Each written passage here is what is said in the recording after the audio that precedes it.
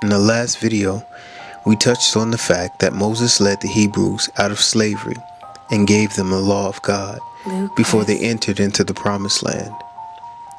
On February 3rd, 2019, Superbowl LIII was held in Atlanta. The New England Patriots went into the Super Bowl 53 saying we're still here, and they came out as NFL champions. Well, this morning, take a look at the Boston Globe. It says the dynasty rolls on after the Pats beat the LA Rams 13-3 last night. This event was another in a long line of orchestrated ritual magic events being performed in plain view of the public. The very logo for this Super Bowl contains a secret. If you look closely, it spells the word law. The silhouette of the Vince Lombardi trophy forms the letter A. The letters NFL equals Nephilim, and on top of the trophy sits a pigskin representing those who are of porcine nature. Today, February 5th, 2019, marks the beginning of the Chinese Lunar New Year, the year of the pig. We know from the scriptures that Messiah healed a man possessed by evil spirits by driving the evil spirits into a herd of swine. Matthew 8:31-32 declares, "So the devils besought him, saying, If thou cast us out, suffer us to go away into the herd of swine. And he said unto them, Go. And when they were come out, they went into the herd of swine, and behold, the whole herd of swine ran violently down a steep place into the sea, and perished in the waters." Therefore, the Super Bowl logo actually symbolizes the fallen angels, the Nephilim giants, the evil spirits who dominated the world before the flood, as described in Genesis 6:1-4, being elevated above the law of God. The game was held in the city of Atlanta, which represents the city of Atlantis, or the antediluvian world before the flood, connecting back to the Nephilim giants, or fallen angels. We were given confirmation that the Super Bowl in Atlanta could be connected with the underworld city of Atlantis when during the halftime performance, Travis Scott was introduced by the cartoon SpongeBob from an episode called Sweet Victory. The cartoon SpongeBob SquarePants is about an entire world that exists under the sea. It is most telling that the pirate with one eye sings the introduction to the theme song for SpongeBob SquarePants, which is a clear representation of the eye above the pyramid. SpongeBob's SquarePants are a reference to the Masonic square, a symbol for Freemasonry. If you have any doubt that SpongeBob is connected with Freemasonry, here is even more proof. SpongeBob and Patrick can be seen wearing a fez with the all-seeing eye emblazoned upon it. This is representative of the red fez worn by Shriners. Also notice during this performance, Travis Scott falls to the earth as a flame of fire, representing Lucifer's fall from heaven. This is a reference to Travis Scott's video called Goosebumps, in which he falls from the sky, lands in hell, grows wings, and sits on the throne in hell as Satan himself. Big Boy from the group Outkast, which is a reference to those fallen angels who were cast out of heaven, performed during halftime as well. Notice they are all wearing shirts which has the word AT-aliens across the front. This is another reference to the fallen angels who are often depicted as aliens. Remember, we discussed the movie Paul previously and Eminem's connection to aliens and Satanists as well. Vain alien brain, Satanist. There's always much symbolism found in the halftime show of the Super Bowl, and even more symbolism that could be gleaned from the actual game as well. During the game, the New England Patriots beat the Los Angeles Rams 13-3. The numbers 13 and 3 are important in these satanic rituals. We'll come back to their symbolism in a moment, but let's take a look at some other things first. The Patriots owner, Robert Kraft, is 66 years old, and he won his 6th Super Bowl, which gives us the number 666. Remember, the SpongeBob episode used during halftime was Sweet Victory. Therefore, this symbolizes Satan claiming victory in his battle against the ram caught in the thicket, a foreshadowing of the Messiah. Even though the truth is, Satan is already defeated. The Patriots have won 6 titles in the last 18 years, which also gives us 3 sixes, or the number 666, since 6 plus 6 plus 6 equals 18. Tom Brady, who is 41 years old, plus Robert Kraft, who is 66 years old, equals 107, or the number 17. Interestingly enough, 17 years ago, the Patriots won their very first Super Bowl. The number 17 is important to these satanic rituals. Tom Brady has 6 Super Bowl wins, the most of any NFL player. Some refer to Brady as the greatest of all time, or simply the GOAT. Boston-based Samuel Adams is releasing a limited run beer in honor of Tom Brady called GOAT Beer. The GOAT is a reference to Lucifer. Notice the Baphomet head.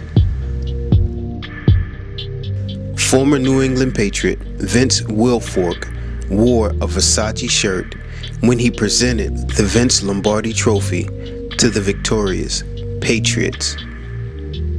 This was a very interesting choice of shirt to wear.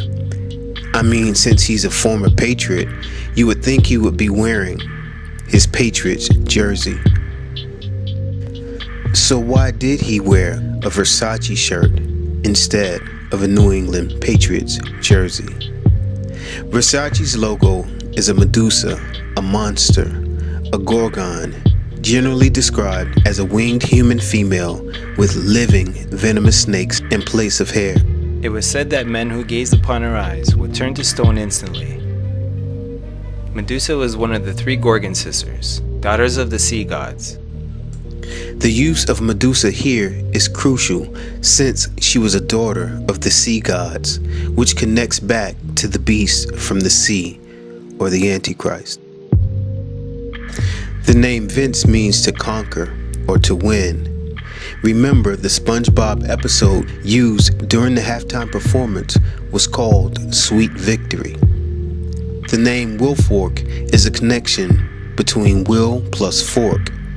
Will means to wish, desire, or be willing, and fork means pitchfork, as Satan's implement, also symbolized as Poseidon, the sea god's trident. Vince Wilfork's name actually means to conquer all that he desires with his pitchfork.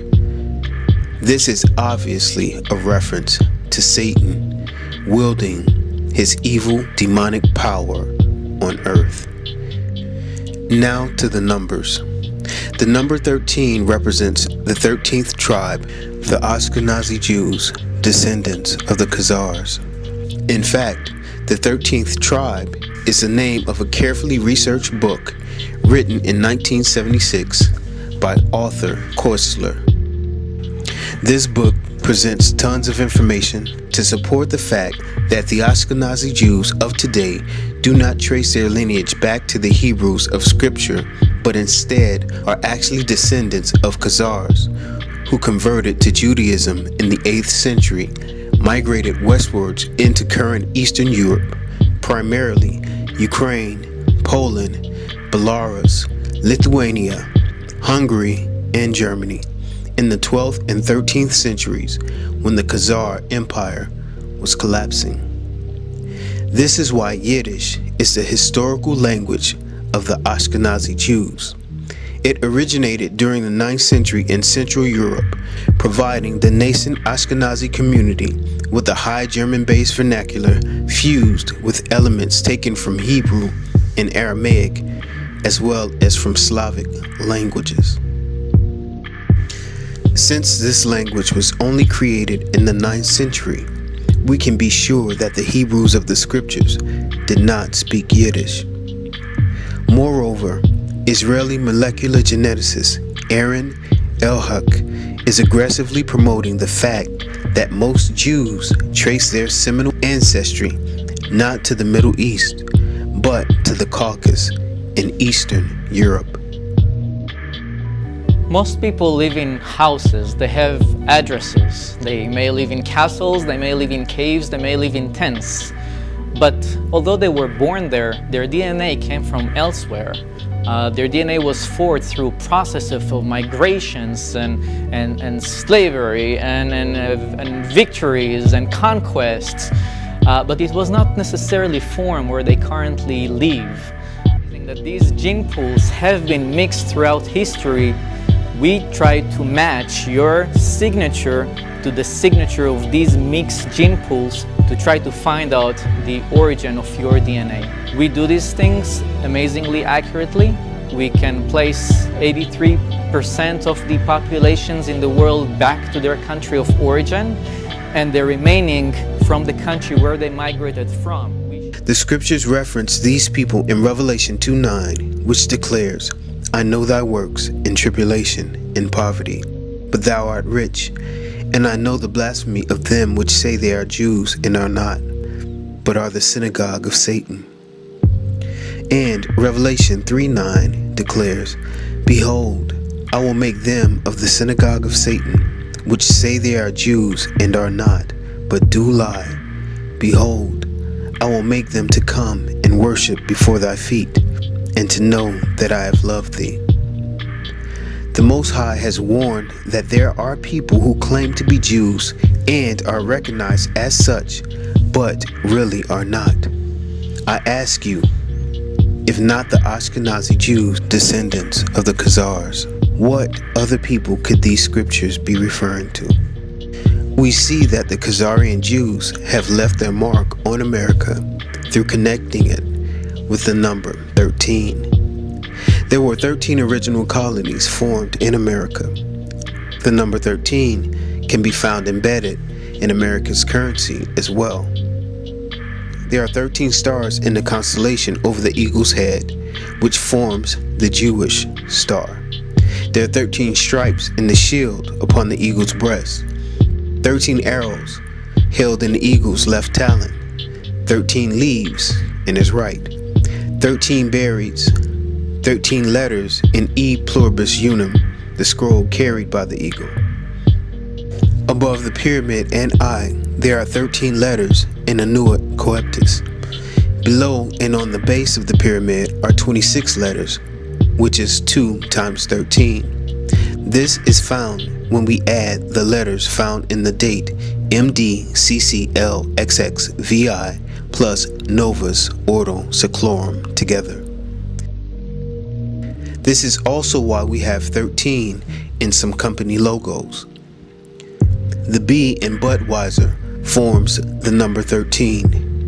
In the Arby's logo, the bottom of the hat makes a number 1, and the top of the hat a number 3. The McDonald's logo boasts a red number 1 and yellow number 3.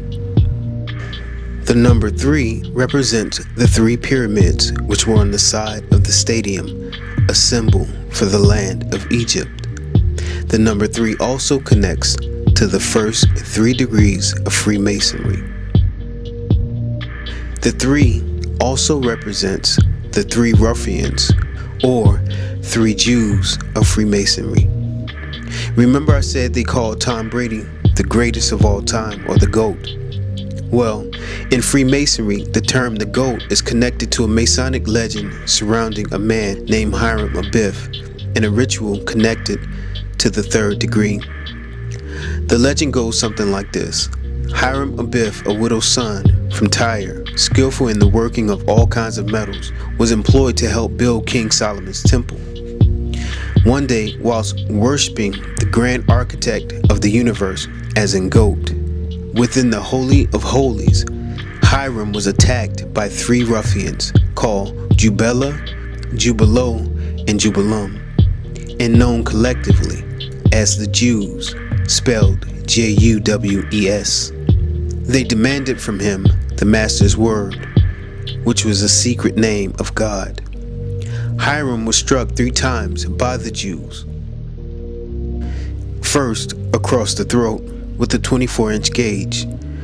The 24-inch gauge is emblematic of the 24 hours of the day, which Freemasons are taught to divide into 3 equal parts, or the numbers 888. Remember the mass shooting at 888 Bestgate, the Capital Gazette, in which 5 people were killed? This was an attack on a news organization, one of the oldest in America, which dates its roots back to the 1700s and boasts on its website that it once fought the stamp tax that helped give rise to the American Revolution. Wow. Connecting the 888 shooting back to the Patriots, the Juwes of the ancient Kraft. The second blow was across his breast, over the heart. This is why you were taught to be patriotic, by placing your hand over your heart for the Pledge of Allegiance. Notice that there was also a movement to boycott the Super Bowl this year. Selma director Ava DuVernay tweeted this on Sunday: "I will not be a spectator, viewer, or supporter of the Super Bowl today in protest of the NFL's racist treatment of Kaepernick and its ongoing disregard for the health and well-being of its players. To watch the game is to compromise my beliefs. It's not worth it." The media chose to highlight the comments of the director of the movie Selma as it pertains to the Super Bowl as racism, as this is meant to conjure up emotions and mental pictures of the racist behavior endured by so-called blacks during the civil rights movement here in America. The timing of this was also synchronized with MLK's birthday, the blood red moon, and Black History Month. The civil rights movement changed the law in America. The second blow was inflicted with a square. Remember earlier, we spoke about SpongeBob SquarePants. The square represents the magic square. It should be noted that the 5-pointed blazing star or pentagram once occupied the place of the G, which sits in the middle of the square and compass, a representation of Lucifer, the god of Freemasonry. This star was replaced by the letter G. It should be noted that the number 5 represents the Hebrew character He, which means God. The god of Freemasonry is represented by the blazing 5-pointed pentagram. Hiram is finally struck upon the forehead with a gavel and killed as his blood is spilled in the Temple of Solomon. This shows that Hiram Abiff represents the ram caught in the thicket, the false sacrificial lamb or false Messiah. The gavel represents the law. Remember, the logo for Super Bowl LII hides the word law within it. Deuteronomy 6:8-9 and 11:20 tell us that we are to bind the law upon our foreheads. This is why he was struck with the gavel on the forehead. We are also told to write the law upon our hands, doorposts, and gates, which is a reference to the blood of the sacrificial lamb that is placed upon the doors during Passover, found in Exodus 12:7. And finally, the law that is to be written upon our hearts, found in Proverbs 6:20-21. This is the law of God. The gavel also represents the judicial system of mankind. Notice judges all use gavels in courtrooms. They also wear black robes, just as priests do, which represents Saturn, which is also symbolized by the 6-pointed star. If you doubt that even the judicial system is steeped in occult ritual magic, all you have to do is take a look at the recent case involving rapper 6ix9ine. We'll discuss that in a moment. For now, let's stick with the Patriots and Freemasonry. Deuteronomy 33:10 tells us that the Most High gave the Levite priests of the tribe of Levi a specific function among the 12 tribes when it declares, "They shall teach Jacob thy judgments, and Israel thy law. They shall put incense before thee, and whole burnt sacrifice upon thine altar." The Levi, or the Levites, were to teach the law of God. Adam Levine and Maroon 5 were the headline acts for Superbowl LIII, or Law. The name Levine comes from the name Levi, or Levite. This is the true reason Adam Levine of Maroon 5 was chosen to headline the Super Bowl halftime show. While Levine was playing, One Love was displayed in the background. This was a representation of the one world order, or new world order, that will be ruled by the Antichrist. The name Adam means red. It is related to the first man. It is also related to the word hypocrite, a common sort meaning a low man or a man of low degree. The name Maroon means very dark red or crimson color. It also means feral and wild. It is a reference to a fugitive and means to be lost in the wild. Remember earlier I told you that the Hebrew letter He represents the number 5 and God. Adam Levine of Maroon 5 then represents a wild, feral man, the lawless one, a hypocrite and man of low degree, a bloody man of Baal or Satan, who acts as God. The letter He is comprised of the letters Dalet and Yud. The vertical and horizontal lines of the Dalet represent the physical world, while the Yud signifies the world to come. Therefore, the He is symbolic of the combination of the physical and spiritual realms. This connects to what we have been recently shown in the media concerning rapper 6ix9ine. The number 6ix9ine represents the yin and yang symbol, which also represents duality, or light and dark. Notice the rapper 6ix9ine is a male, but he is feminine or feminine, having qualities considered appropriate to a woman, effeminate and unmanly. This is symbolic of duality, the yin and yang. 6ix9ine is spelled with the number 6 plus the Roman numeral 9 or XI plus the number 9 plus the suffix INE.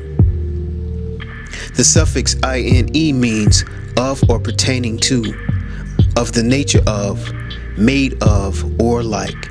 Therefore, 6ix9ine means of the nature and like 666. Let's take a look at the way the judicial system, or the law, scheduled certain events to form numerology around 6ix9ine's case. 6ix9ine snitched in court on January 23rd and pled guilty to 9 counts. January 23rd, or 1/23, gives us 1 plus 2 plus 3, which equals 6. On this day, he pled guilty to 9 counts, which gives us the number 6ix9ine. 6ix9ine is 22 years old, and he was facing 47 years. 22 plus 47 equals the number 6ix9ine. 6 is the number of man in the Bible, since man was created on the 6th day. 9 is the highest single-digit number in base 10, which symbolizes completeness. The number 9 is considered a complete, perfected, and divine number.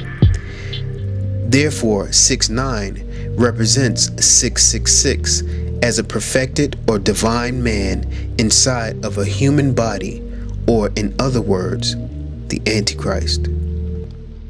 In summary, we have connected the Patriots, the founding fathers of America, with the Jews of the ancient Kraft, Freemasonry. The world before the flood, aliens or fallen angels, and 666, the Antichrist. Satanic rituals are being performed almost on a daily basis and broadcast into homes around the world, with the end goal being the rise of the Antichrist to his ultimate seat of power as ruler of the one world government. Satan is the master architect of the New World Order, and in building this one world government, the Antichrist will change the law. Daniel 7:25 declares, "And he shall speak great words against the Most High, and shall wear out the saints of the Most High, and think to change times and laws, and they shall be given into his hand until a time and times, and the dividing of time." If you have not surrendered your life to the Most High by accepting Yahushua HaMashiach as your Master, Redeemer, and Savior, the time to do so is now. Amen. Shalom.